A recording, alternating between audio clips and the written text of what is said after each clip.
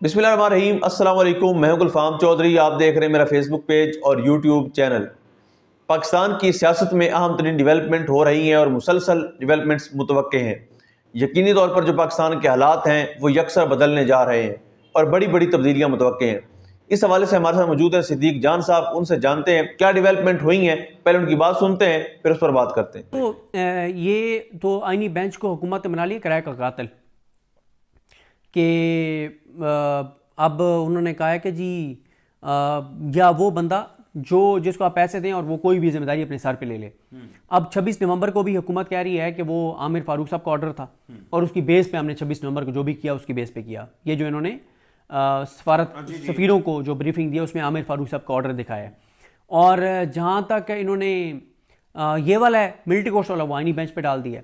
तो वो ज़ाहिर है इन्होंने एक आईनी बेंच को कुर्बानी का बकरा बनाया है और बंदूक उनके कंधे पे रख दिया है कि इन्होंने बंदूक मारी है, इन्होंने ये इंसाफ का कत्ल किया है, हमारा तो कोई तल्लुक नहीं है। पिछली वीडियो में आपने तस्करा किया था कि आईनी बेंच जो है वहाँ से यानी सरप्राइज भी आ सकता है। नहीं, सरप्राइज़ नहीं आएगा, नौकरी होगी, हुक्म की तामील होगी। और हुकूमत अब ये सोच रही है कि हम आईनी बेंच से ये जो मिलिट्री कोर्ट्स वाला जो जितना ट्रायल हुआ है इसको कलअदम करार दिलवा दें और हम कहें देखें जी पहले भी हमारी अदालत ने अलाउ किया था तो हुआ है, अब हमारी अदालत ने कलअदम किया तो ख़त्म, आगे चलें, बात ख़त्म। आगे बात खत्म नहीं। इससे दो फ़ायदे हो जाएंगे ना, एक तीर से दो शिकार हो जाएंगे। आईनी बेंच की बल्ले बल्ले भी हो जाएगी और तारीफ़ें भी होने लग जाएंगी, पीटीआई को ताने भी दिए जाएंगे और कहा जाएगा कि ये जनाब पीटीआई वाले अमीनुद्दीन खान साहब को गालियाँ देते थे, जमाल खान मंदोखेल साहब को गालियाँ देते थे, मुसरत हिलाली साहब को गालियाँ देते थे, ये बड़ा इनको बुरा भला कहते थे, नईम अख्तर अफगान को गालियाँ देते थे। देखो इन जजों ने बहुत तारीखी फ़ैसला दे दिया है, हमारी अदालतें बड़ी आज़ाद हैं, हमारी अदालतें बड़ी इंडिपेंडेंट हैं। भाई जितनी इंडिपेंडेंट हमारी अदालतें हमें पता है। अब आप करवाएं ना वही फ़ैसला जो आपने 6 माह के लिए साइनी बेंच को तोसी दी हुकूमत ने, हुकूमत के वोटों से, तो क्यों दी? आपको पता है ना कि वो आपकी मर्जी के फैसले करेंगे। जब आपकी मर्जी के वो फैसले करेंगे तो आपकी मर्जी तो यही है कि मिलिट्री कोर्ट्स के में सिविलियन के ट्रायल को वो कहेंगे दुरुस्त है, तो फिर अब दिलवाए ना वो फैसला, अब करवाए ना वो फैसला, क्यों नहीं करवा रहे?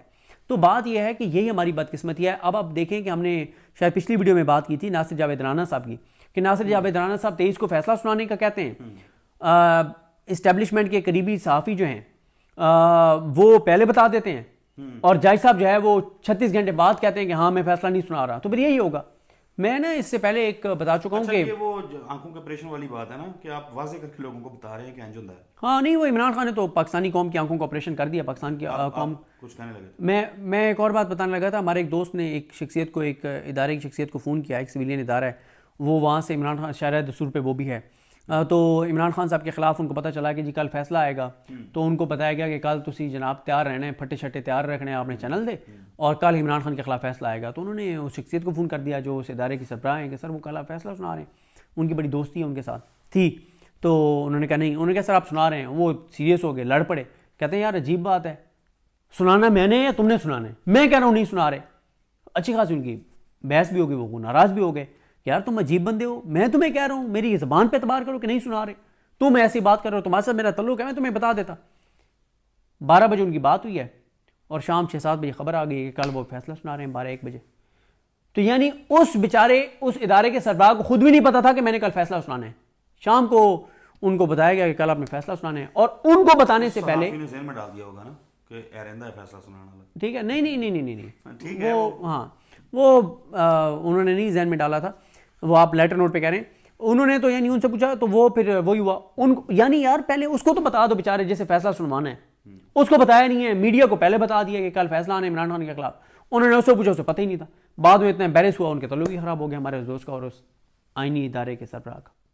वो ये भी बड़ी खबर है।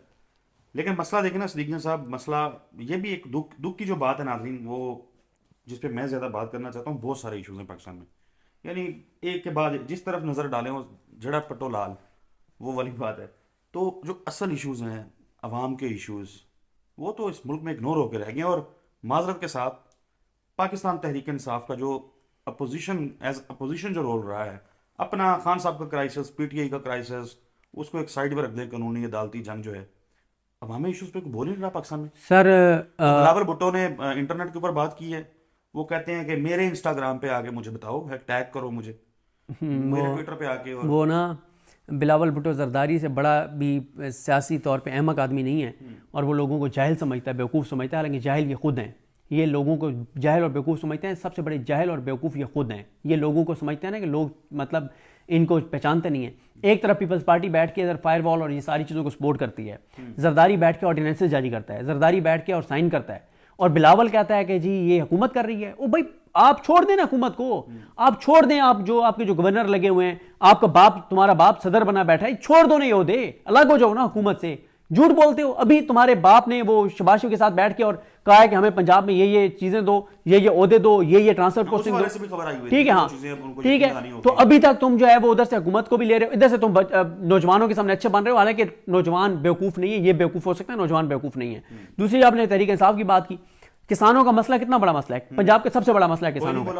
पीटीआई नहीं बोलती। अब और पंजाब के लोगों ने जिस तरीके से पाकिस्तान तहरीक इंसाफ को वोट डाला था, बिल्कुल वो मतलब कोई तो बोले यार। अच्छा, जो मेन स्ट्रीम लाइन के जो आपके पॉलिटिशियंस हैं, ठीक है, जनूबी पंजाब से एमपीएस नहीं इलेक्ट हुए, अपर पंजाब से, सेंट्रल पंजाब से नहीं इलेक्ट हुए, कोई बोल ही नहीं रहा उस पर, मीडिया के ऊपर आगे बात सर। वो पीटीआई नहीं बोलेगी, क्योंकि पीटीआई के जो चाबी वाले बाहर खिलौने हैं, इनको कह दिया गया कि मरियम नवाज को डिस्टर्ब नहीं करना, तुम्हारी ऐसी की तैसी।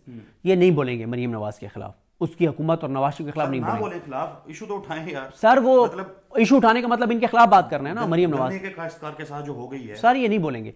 अब उधर देखें, जमात इस्लामी को लॉन्च कर दिया गया किसानों का गुस्सा ठंडा करने के लिए, और ये मैं कह रहा हूं लॉन्च कर दिया गया। अच्छा, वो एक अलग चमक छल्लो है, पॉलिटिकल चमक छल्लो। हाँ ठीक है, कि जब वो सीजनल जो है ना, उनका भी सीजनल इनकलाब होता है। हाँ। वो बढ़ के मारते हैं आके। नहीं, जमात इस्लामी को एक बात आपने ज़हन में रखनी है, बिजली के बिलों पे लोगों का पारा हाई हुआ था, उन्होंने ठंडा करवाया ना, और ऐसे लगा कि लोग घरों से निकलेंगे और लोग इनके घरों में घुस जाएंगे, हुकूमत के लोगों के। ऐसे ही है। जमात इस्लामी को आगे किया गया, जमात इस्लामी ने आके धरना दिया, लोगों का कैथारसिस हुआ कि कोई जमात है जो धरना दे के बैठी है, और बिजली महंगी करवा के जमात इस्लामी को ट्रांसलेट कर रही है जाके। ठीक है, जमात इस्लामी बिजली महंगी करवा के चली गई।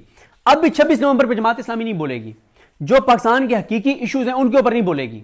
ठीक है, जो इस्टेब्लिशमेंट, हुकूमत और निज़ाम से रिलेटेड असल जो बड़े हैं, ये भी छोटा इशू नहीं है किसानों वाला, लेकिन उनको लॉन्च किया गया कि इससे पहले कि किसानों की तंजीमें आके धरना दे दें, जेन्युइन लोग आके लीड करके इस्लामाबाद ले आए किसानों को, उससे पहले आप आ जाएं, तो जमात इस्लामी वहां पे इस्तेमाल हो रही है। अब किसानों को वो बेवकूफ बनाएंगे और अपना पॉलिटिकल वो गेन भी करेंगे, किसानों को बेवकूफ भी बनाएंगे और सारा कुछ। वरना जमात इस्लामी है, और अगर जमात इस्लामी इतनी संजीदा है, करे ऐलान कि हम डी चौक पे किसानों को लेके आ रहे हैं, एक हफ्ते बाद नहीं आएगी, कभी नहीं आएगी जमात इस्लामी। जैसे मौलाना ने डील कर ली, और मौलाना के अब मामला शहबाज शरीफ के साथ बिल्कुल सेट हो गए। अब कहाँ है वो धमकियां, इस्लामाबाद आ रहे हैं और ये कर देंगे, वो गीदड़ भपकियां कहाँ पे।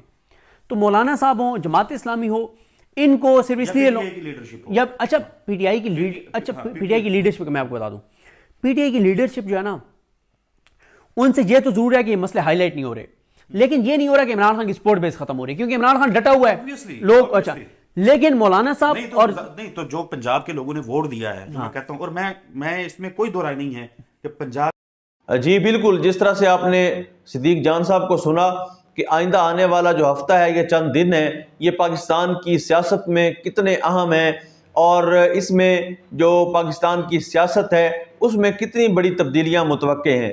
अल्लाह पाक वतन अजीज़ का हामी और नासिर हो। पाकिस्तान जिंदाबाद।